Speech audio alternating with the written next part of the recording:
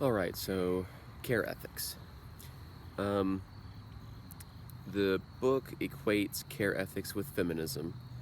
Shrapi, however, will refer to it as care ethics rather than feminism at all, because by equating it with feminism, it sort of reinforces these gender stereotypes that women are more caring, compassionate, loving, so on and so forth, that may or not necessarily be true. Sure, more females are in preschools working and in the nursing industry and so on and so forth in kind of these caretaking positions, but that doesn't mean necessarily that care and concern, compassion, empathy, sympathy, love, all the things that care ethics wants to emphasize are necessarily associated with the female gender. At least not anymore. It used to be that was the case. Back when I was in school, the only elementary school teacher that was a male was the gym teacher. And then that kind of reversed when I got to high school. And there is still this kind of presupposition in some ways, right? Mother's intuition that, mom is the one who will be the caretaker and be concerned about relationships more so than something like the established rules. And so when I start to think about care ethics and kind of these gender stereotypes and so forth, I sort of think of like an ethical family where Nietzsche is the adolescent who forget the rules, I can't wait to be free and live on my own, blah, blah, blah. And then Kant, then, the deontologist, is like the father with the rules and this is what we do. And the care ethicist is more like the mom who's concerned about the relationships. So if Nietzsche comes home late one night past curfew, Kant is the one who's going to be angry and mad that the rules were broken. There were ideals which were not upheld.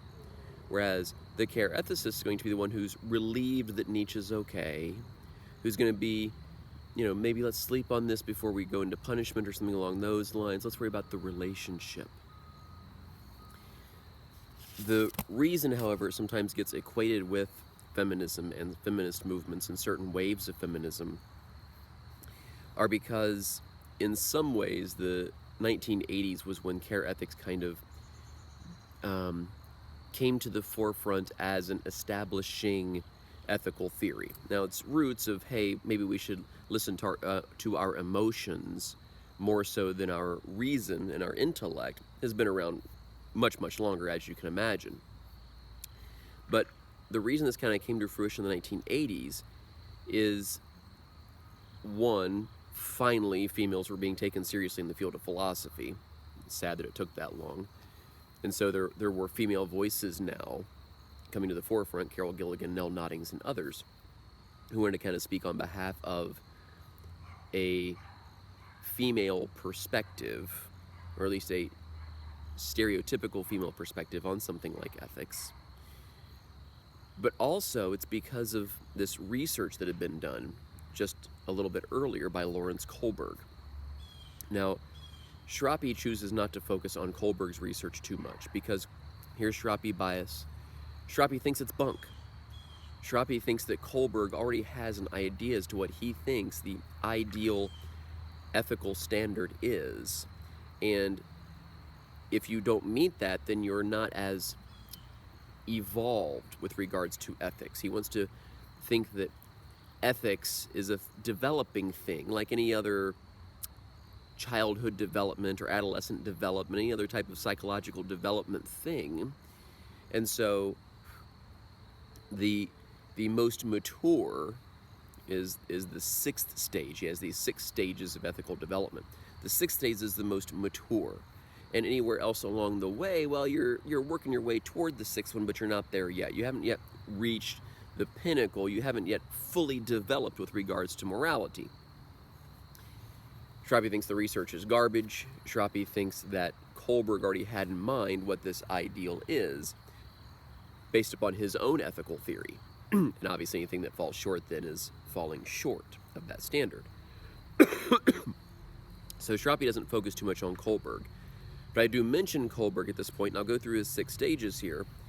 One, because we've seen enough ethical theories, we should be able to place some of these ethical theories in these particular stages that he talks of. And furthermore, because Gilligan and Noddings are writing in response to this research, because females very rarely ever reach this 6th stage of development. that they were always kind of stuck somewhere else, usually around stage 3, which we'll see in a minute. And so I bring it up here because historically then this kind of gave birth to care ethics as a more fully developing ethical theory. Still not fully developed, okay? Because the 80s, I realize it was before your lifetime for most of you. But I assure you it really wasn't that long ago in the big scheme of philosophy and ethical theories and so forth. So a lot of these things are still developing. I'll probably talk about that next time. Some of these still open questions that care ethics is still working through. But here's Kohlberg's 6 stages of ethical development. Stage 1, punishment. You obey the ethical law so that you don't get punished. Right is what is not punished. So I think here about Plato's common view, right? Most folks think it's only illegal if I get caught. It's about punishment and avoiding punishment. That's why we do that which is right. Stage 2, get something. You obey the moral law in order to gain something for yourselves, and so as to not get caught. Right then is what satisfies your needs. Again, very closely related to Plato's common view. Right? Think about the ring of Gyges and the things that we would do with that to get something, right? Ethics is grievous and toilsome, says Plato, and if the reward there isn't any, then how long will we stand fast in justice? Stage 3, and this is the stage where care ethics kind of hones in on. Approval. You obey the moral law so that you can gain other people's approval. Right is what pleases the whole group. Right? That's no longer focused on me, it's focused on everyone, and it's focused on my connections with everyone and about relationships. And that's what, again, what care ethics is going to emphasize is love, care, compassion, concern, empathy, sympathy, because of relationships. Because that helps relationships, caregiving and caretaking and so on and so forth. That we show these empathetic and sympathetic and love and care and concern to others. That's what builds relationships. That's what leads to healthy societies and so forth, right? We should be approaching people and relationships and so forth the way that again, gender stereotypes, a mother would with her child or something along those lines. Or that a female would with a class of kindergartners or preschoolers. Care, compassion. Stage 4, law and order. Obey the law because the law says so, and you should uphold the law. Right is showing respect for authority and maintaining social order. Notice this is kind of that return to the Garden of Eden stage. This could be either follow the law because the law and ethics are the same thing, or if we want to do the God stuff, religion and ethics are the same thing, so you got to do what God says. Right, this Garden of Eden stage, well, the authorities say, so I guess this is what I'm supposed to do. Notice how this is getting more abstract now, more intellectual. Stage 5, social contract, like utilitarianism. Obey the law because society has agreed that these laws are generally a good idea. Society has agreed they're generally a good idea. It's about tendencies and so forth, like utilitarianism. Right is what has been thought hard about and agreed upon by society. And then stage 6, universal ethical principles. Kant and deontology. You obey the law because it respects human worth, individuality, and reciprocity. Right is what conforms you to abstract concepts of justice and ethics, which Kohlberg thinks is the ideal. Right? If you fall anywhere else, you're not as ethically developed as other folks. And so Gilligan or Nottings are like, whoa, hold on a second here, time out. Females typically fall into stage 3, relationships and so on and so forth. They would emphasize relationships more so than approval. Emphasize relationships, connectivity, so on and so forth. And you're wanting to tell me that that's somehow ethically lesser than upholding ideals. Putting people above ideals is less ethical? You sure about that, Lawrence Kohlberg? Because in some ways it seems a bit counterintuitive. It seems opposite, quite frankly, to the way that we should be thinking about ethics. Because if ethics is about how we treat other folks, shouldn't we take into consideration folks instead of some abstract principle? So then they begin writing in a different voice and so on and so forth to give voice to this more emotion-based, more feeling-based ethics. So now this is going to sound somewhat sexist, and I don't mean it to. But again, this is not merely female gender thing. And again, maybe Shrapi's biased, raised by a single parent mom. Shrapi, this one, not his wife, happens to be the one who ensures that the kid's homework is done. This is the one who's more actively involved in the kids' schools, just because my schedule is freer. Right? My schedule is freer because my wife is the one who works almost 40 hours a week in her counseling practice, makes more than twice what I make. Right? My schedule is freer. I take care of most of the cooking, most of the cleaning around the house. One of us is a vegetarian, and it's not my wife. One of us does the grilling, and it's not me. So we joke that we fulfill traditional gender stereotypes in reverse, right? The exact opposite of what one would expect. And again, statistically, right, if you look at things like vegetarianism, it's about, 65% of vegetarians are female. If you look at vegans, it's like 85% of vegans are female. And there have been jokes and so forth. The television program Seinfeld kind of makes fun of this in one episode where Jerry orders a salad at a steakhouse. And statistically, there was a dating website that did a statistic that if a man self-identifies as a vegetarian, he's like 25% less likely to get clicked for further information or whatever. Just interesting. But I say all that to tie this to more, I don't want to say ancient, it's not ancient, but philosophies that have been around longer even than the 1980s. And so if you read the first chapter of Berner and Rayleigh, which I did not assign primarily for this reason, and again, this is not Shrapi saying he is a care ethicist.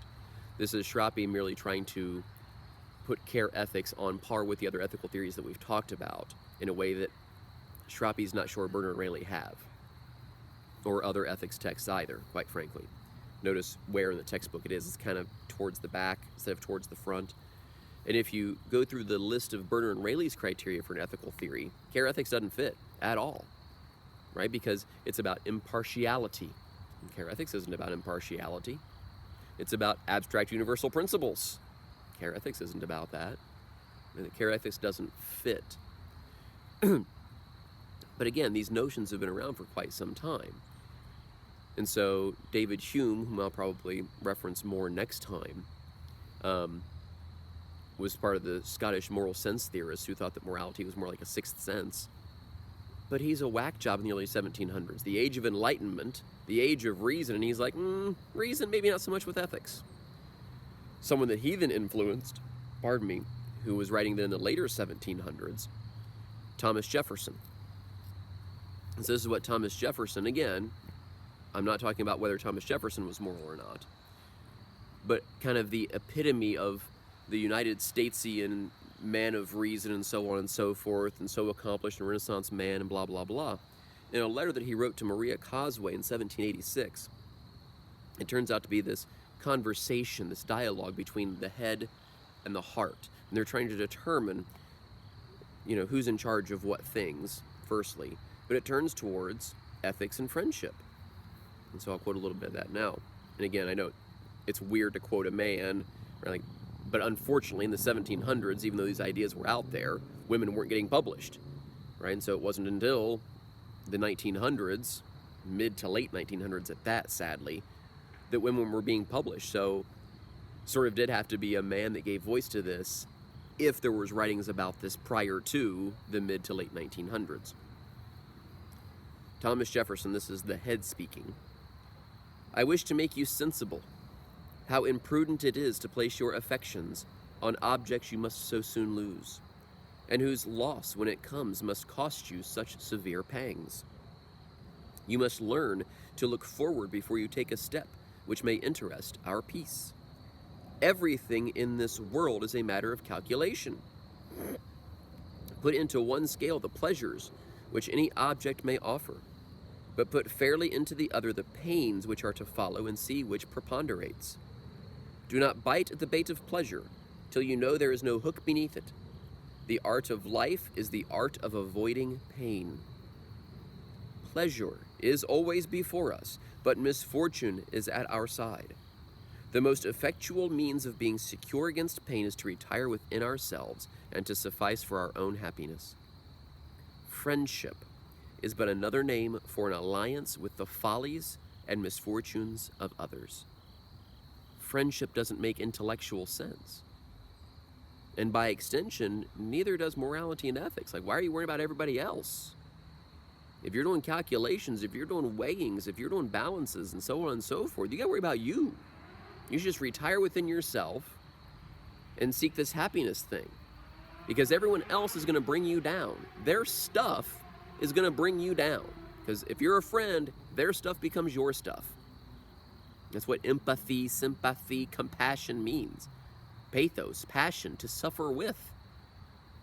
Why am I signing up for that? That doesn't make any sense. Then Hart chimes in, and Hart says, what more sublime delight than to mingle tears with one whom the hand of heaven hath smitten? To share our bread with one to whom misfortune has left none. This world abounds indeed with misery. To lighten its burden, we must divide it with one another. But let us now try the virtues of your mathematical balance. And as you have put into one scale the burdens of friendship, let me put its comforts into the other. When languishing then under disease, how grateful is the solace of our friends? How are we penetrated with their assiduities and attentions? How much are we supported by their encouragements and kind offices? When heaven has taken from us some object of our love, how sweet it is to have a bosom whereon to recline our heads, and into which we may pour the torrent of our tears. Friendship is precious, not only in the shade, but in the sunshine of life. And thanks to a benevolent arrangement of things, the greater part of life is sunshine. Morals are too essential to the happiness of man to be risked on the uncertain combinations of the head. Heart wins for Thomas Jefferson. That's where morality lies. That's where ethics lie, is in feelings, in emotions.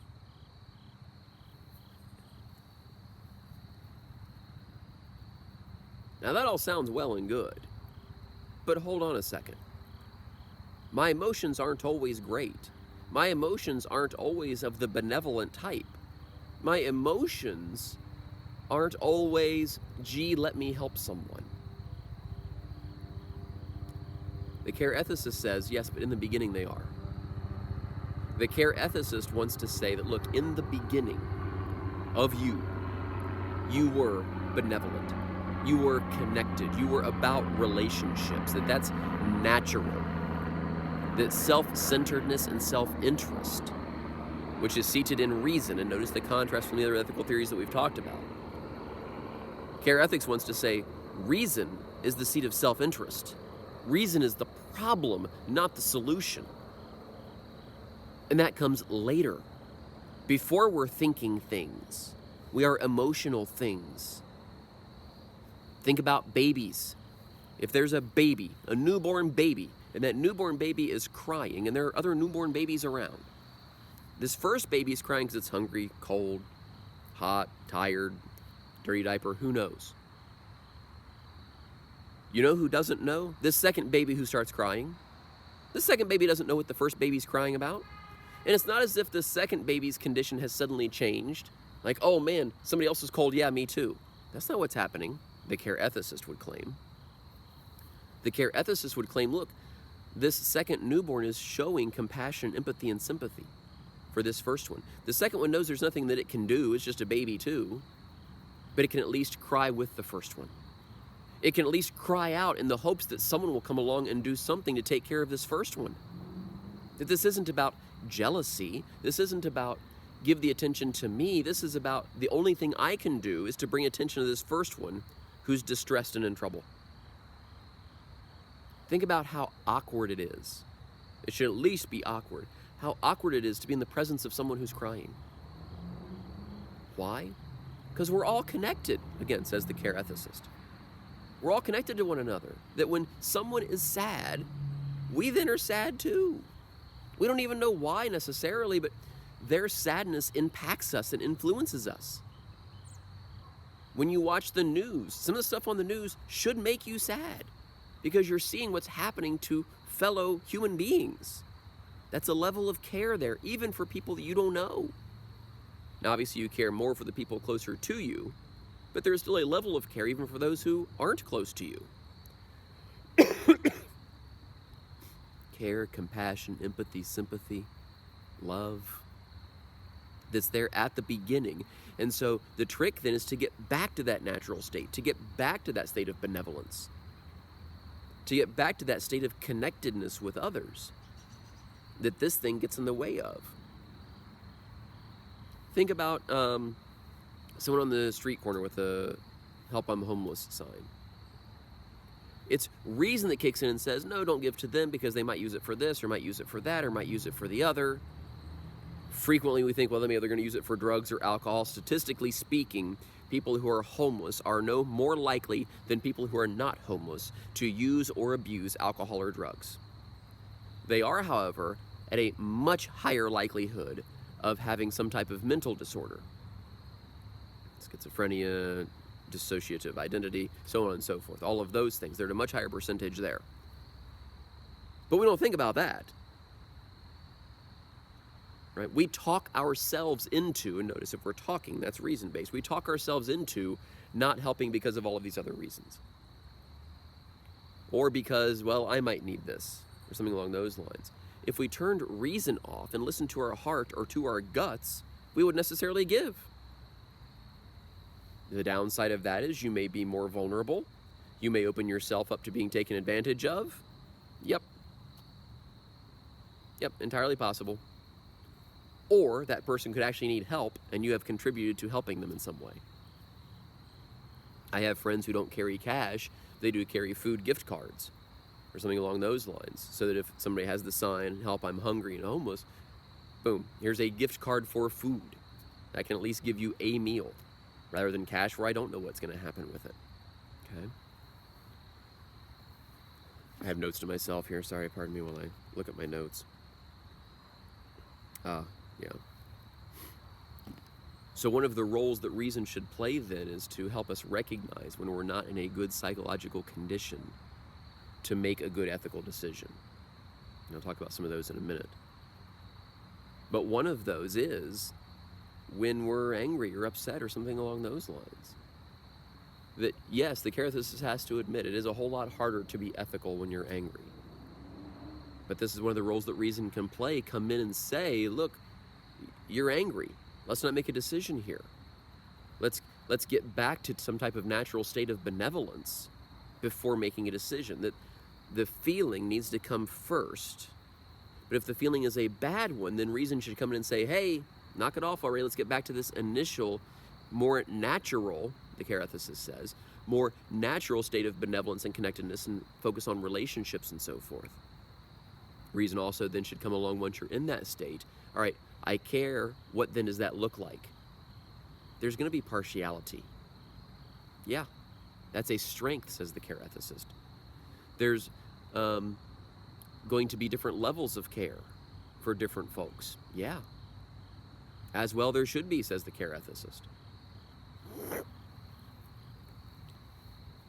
So my wife's a mental health counselor, and she'll sometimes do marriage counseling. And in my mind, at least, I have an idea as to how this may or may not play out. And so I've asked her if my idea actually is the way things actually occur, and she says, for the most part, yeah. And she's talked to her colleagues who also say that this is usually how these things play out. A couple comes in, and one of them has no interest in being there whatsoever. It's obvious in their body language that they were kind of dragged there against their will. Arms crossed, disinterested. The other party is much more encouraged to be there. Their body language is much more open. They're much more willing to engage in a conversation with someone like a counselor. And if you presume the gender of these two people, you will probably not be wrong. By and large, the first one is the male, the second one is the female. That the male is so concerned about being correct and being right. He's wondering, why are we even here? Like, all my wife has to do is just admit that she's wrong, and boom, we move on. The wife is concerned about the relationship. The man is probably doubly closed off because my wife is a female counselor, and so in the man's mind, he's thinking, oh great, now there's two women, they're going to team up on me, gang up on me, they're neither one going to listen. The man's concerned about being correct and being right. Men are problem solvers. Give me a problem, I solve it, boom, we move on to next problem. Men are like waffles. Everything's very compartmentalized. At least so claims one of the books that my wife sometimes uses for these sessions. Men are like waffles, compartmentalized. We're great at solving problems. Women are more like spaghetti. It's about all this intermingling. Everything is together. That when a female tells a story, and females on average use about 3 to 4 times a day as many words as men do, between about 21 and 28,000 words a day uttered by the average woman. A man utters about 7,000.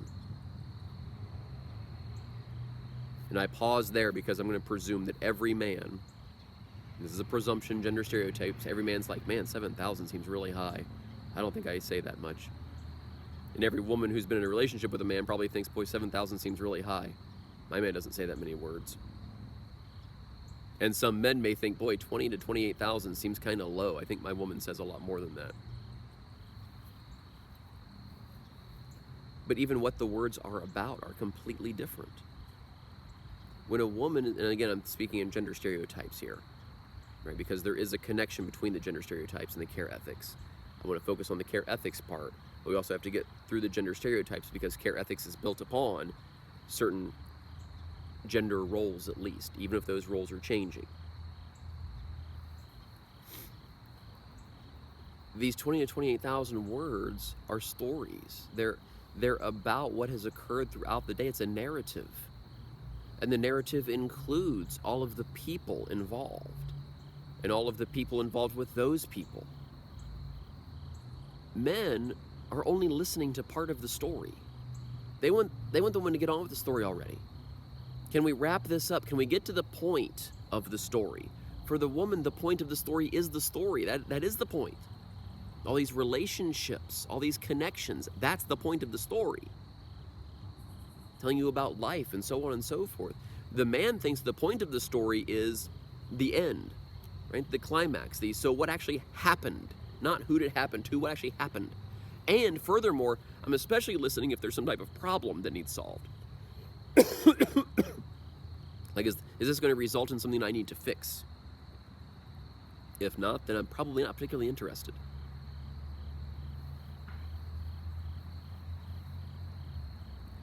The title of this book that my wife uses, that talks about waffles and spaghetti, and again, this is just typically how men and women process information, right?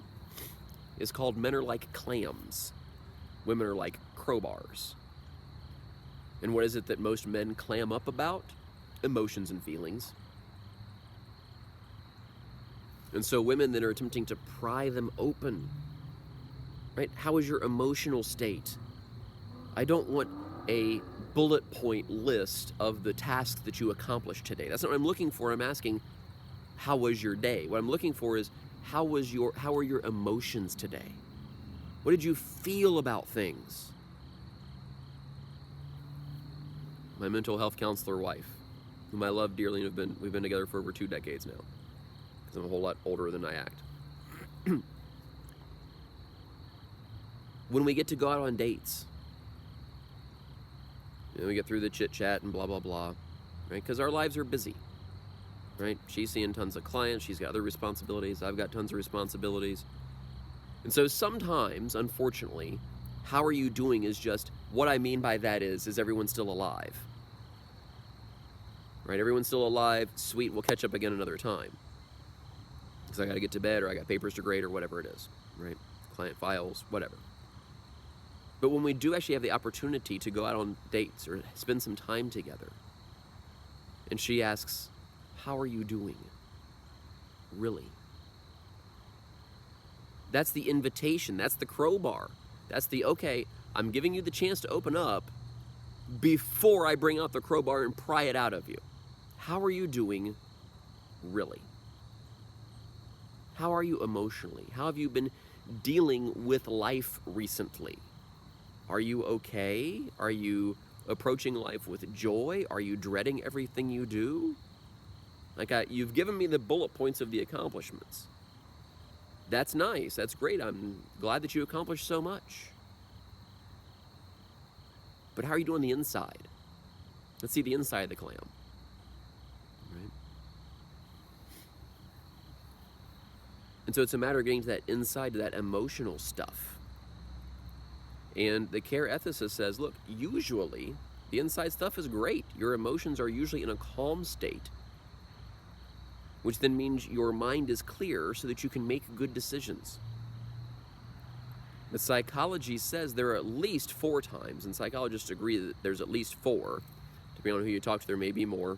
That'll kind of be your discussion board for today anyway. There are at least 4 states where you should not make a decision because your passions aren't calm enough. Therefore, you're not thinking clearly. Remember, thinking comes second to the emotional stuff. Your passions have to be calm first. You have to be in the state of natural benevolence and connectedness and relationships and empathy and sympathy and love and care and compassion and concern. You got to be there first before reason does any good to walk out this care, compassion, and concern. Because if you're in some other psychological condition, I already mentioned one of them, anger. Right? Anger possesses you. I am angry, which means that's my identity in that moment. I can think of nothing else other than destroy. I'll get comic book geeky here for a second. Dr. Bruce Banner, tons of science PhDs, one of probably number 2 or 3 smartest folks in the entire Marvel universe, except when he gets angry. When he gets angry, he becomes Hulk, and all Hulk can think about is smash. Welcome to the human condition, folks. If you've ever been in a disagreement with someone and it begins to get heated, you get angry, they get angry, you get angrier, they get angrier, you get angrier, they get angrier, that never leads to a good resolution. Because each of you is just thinking smash. I'm angry, I'm mad, smash, destroy. I'm not worried about relationships, F that. Relationships, smash that too. Smash all of it. Smash everything, because I'm angry. Think about things like crimes of passion. You're overcome with anger. Anger possesses you. You cannot think clearly. And you make really bad, unethical choices. And what's interesting is, with regards to the sentences of crimes of punishment, they're typically lighter than things that were planned for quite some time. The idea is if you were planning, then reason could have picked it at any point and been like, you know what, this is a bad idea. Right? Maybe I shouldn't be planning my wife's demise. That when reason is in control, you can be reasonable. When bad emotions are in control, you're unreasonable. And we're somewhat more sympathetic to that. Like, man, I could totally understand that. Like, you lost control, okay? Yes, something heinous still occurred, but there's probably something like guilt or something and remorse and so forth that kicks in later as well, which, again, notice, for the care ethicist, at least it is an emotion, which could be a clue that, oh man, I screwed that one up. Unfortunately, the guilt comes after instead of before, and we're trying to make ethical decisions before, right? We're trying to figure out the decision at the front end rather than the back end. So anger is one of these psychological conditions.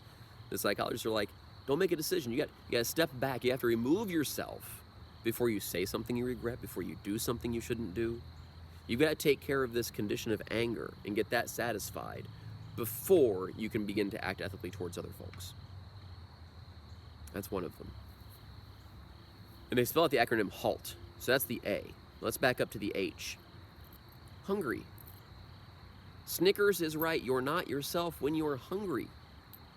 Now, Dr. Shrapi loves the Spanish language, especially from a philosophical perspective. It does a much better job with some deep philosophical stuff in a lot of ways.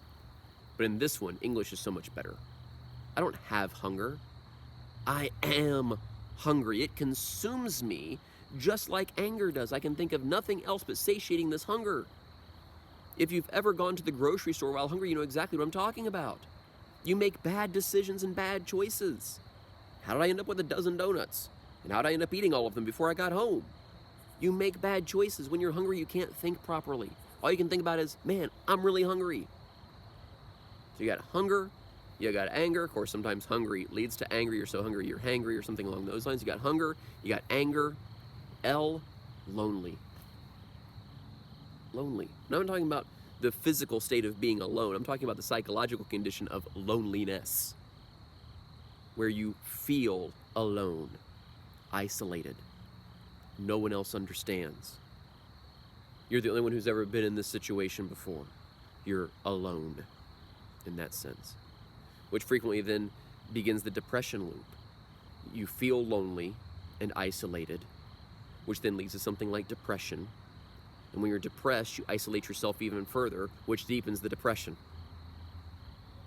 Notice how this runs counter to everything Care Ethics is about. Connection, relationships, life, plants, animals, other people, so on and so forth. This connectedness that we all have. Loneliness rips all that away. You feel like it's just you.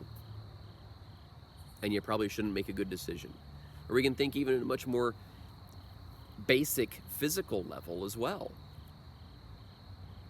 Probably not you all, but I am aware of people who perhaps late on a Friday or Saturday night, for instance, may be out and may be experiencing feelings of loneliness and may make certain choices which alleviate that loneliness for a few moments, perhaps even a few hours, perhaps even the rest of the evening. Then the next morning, regret that decision. You gotta take care of the condition of loneliness before you make decisions. Having friends, so on and so forth. Feeling connected to something beyond yourself. Support groups, knowing that you're not alone in this struggle with whatever it is that you're struggling with, if you're struggling with anything, right? New mom support groups or Alcoholics Anonymous or any other type of support group that you can think of. So we have the H, the A, the L, and then the T, tired. You can't make good decisions when you're tired. Because all you can think about is, man, I'm really tired. I'd really love some sleep. That's why all-night study sessions aren't effective, one of the reasons. Because you're too tired then to perform optimally on the exam. And secondarily, at a very physical and biological level, the stuff that you just studied hasn't had time to seep into the deeper recesses of your mind so that you can recall it more quickly. Because that's what sleep does for you, right? So halt, right? Just stop. Take a step back from all these conditions. Meet that condition. Then you can start acting ethically, because then you can return to this calm state of passions, of connectedness and relationships and so on and so forth. You can start thinking about something other than, man, I'm really hungry. Man, I'm really tired. Man, I'm so angry. Boy, I feel so alone. Now, those are the four that everyone agrees meet these conditions of psychology and making poor choices and so on and so forth. And so Shrapi wonders if there are others. Shrapi's pretty doggone sure there are others.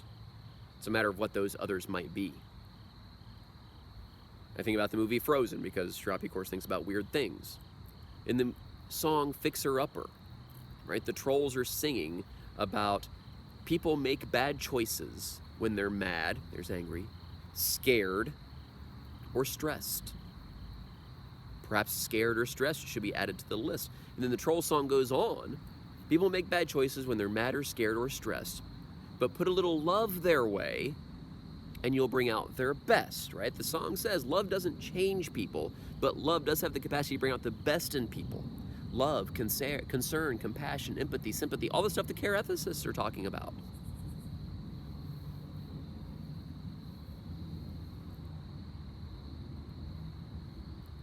One of the conditions that's currently up for debate among psychologists, addicted. When you're addicted, you're not in control, the addiction is. You would do anything for that next fix. Now, obviously, some choices led to the addiction, but once the addiction takes hold, you're not in control anymore. It may be no different than I'm hungry, I'm angry, I'm lonely, I'm tired. And notice those four too: hungry, angry, lonely, tired. As college students, how frequently do you find yourself in at least one of those, if not multiples of those? All the time. Think about new parents.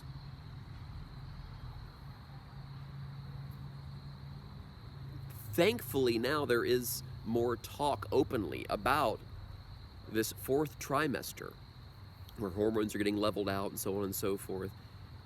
And many parents, primarily mothers, but parents in general, feel very lonely, like they're the only ones who have ever felt this thing.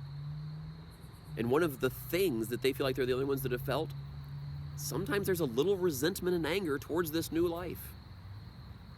Man, this thing is consuming my life now. I'm kind of angry about that. Like, I kind of miss the days when I could just go do whatever without having to worry about this other living thing. You're tired because it's keeping you up at night. Maybe you're hungry because you're taking care of it instead of yourself. Also, this HALT thing is a really great way to brainwash someone. I mean, this is torture and brainwashing 101. What do you take away from folks to break them psychologically? Take away food. Take away sleep. Take away their feeling of connections to others. I've had some people in the military tell me this is basic training. That basic training tries to break you psychologically so that it can rebuild you. And so some of the things they take away are food, sleep, connection to the outside world, so that you then build those connections with your unit and so on and so forth. I get all that. Again, breaking you down to rebuild you.